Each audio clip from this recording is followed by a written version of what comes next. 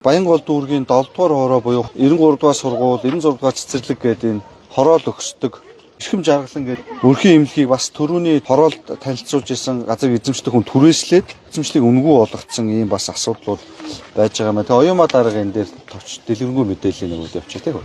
За энэ хуучин эрхэм жаргалан гэдэг өрхийн эмнэлэг бол байрлаж исэн байр байгаа. За өрхийн эмнэлэг маань бол энэ хорооны шин зохицолбор барилга баригдсан учраас тийшээ одоо шилжиж орсон. За энэ бол мөн түрээсийн гэрээтэй байсан түрээслэгч хуулийн этгээд маань бол ерөөс огт ашиглаагүй. За өнөөдрийн байдлаар бол ингээд эвдэрч хэмхэрсэн.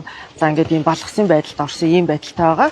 Тэгээ энэ барилга маань бол 2025 онд өмч өвчлөлийн бол жагсаалтанд орсон ийм барилга байгаа.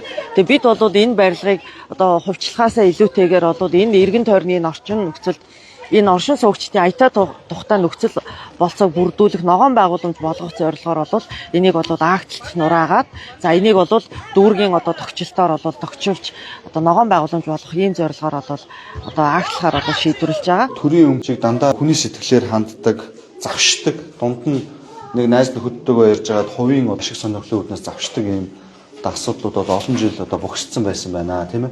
Тэр өнгөрсөн жилээс эхлүүлээд манай шинэ удирдлагын баг энэ дээр бол тууштай төрж манай оюума дарга маань газар бол энийг бол маш ихнээс нь цэгцлээ явж байгаа.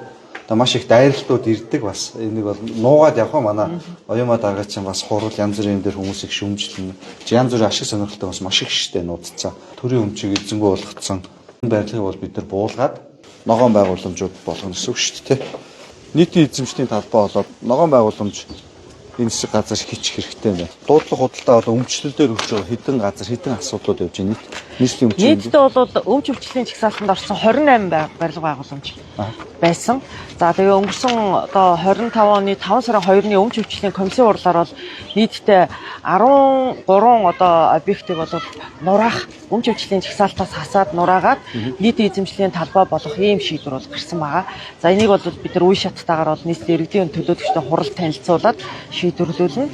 За үлдсэн 10 гаруй үйл хөдлөх хөрөнгүүдийг бид нар бас мөн үе шаттайгаар нийт дуудлага худалдаагаар оруулах. Тэгээ ер нь бид нар дуудлага худалдааг олон нийтэд дандаа нээлттэй явуулах гэсэн ийм зорилготой байгаа. Улаанбаатар хотын аливаа нэг мэдээллийг Улаанбаатар ЦГМ вебсайтнаас бас авч явах бүрэн боломжтой шүү. Та бүхэн маань тэр вебсайтаар орж өмч хувьчлал, газар, нийслэлийн гаргаж байгаа шийдвэр мэдээллийн юмнуудыг бас авч байгаарай гэж хэлье. Тэгээд бид нар цаашлаа Улаанбаатар хотын иргэдэд мэдээллийг ил тод нээлттэй өргөх талаар илүү ажилланаа гэдэг. Манай өнөөдөр бас энэ хэсэг тоглож байгаа хүүхдүүд маань хуралцаж ирээд сонирхоод ирсэн байж. За ямар ч юм энэ талбай хүүхдүүдийн тоглох маш таатай тийм орчин талбай болох байхаа гэж найдаж байна. Хөлөө мөг тоглох юм уу? Чи уцаар лайв хийгээд байгаа юм уу? Лайв биш юм, бичлэг хийж байгаа юм уу? За. Нийслэлийн өмчтөөр дахиж хууль усаар дамлан зардаг, бусад дээр шилжүүлдэг, бүртгэлийг нуудаг, цаасан хэлбэрлүү шилжүүлдэг асуудлыг бол бас манай өмчийн харилцааны газар маань бас бүрэн шинжилж төрийн хяналттай хамгийн гол бас өнөөдөр хэлэх гээд байгаа юм туучирсан байсан өмчүүдийг нэг бүр цэгцэлж байгаа. Дуудлага худалдаагаа зарахынд борлуулж, нураахад нурай, хуучны маш олон жижиг ааглагдсан ашиглагддггүй барилга, худгийн барилгууд, агуулга гэдэг байдаг. Тэгэхээр энэ бүр хот төлөвлөлтийн хэмжээнд нэг бүр цэгцлээд авъя.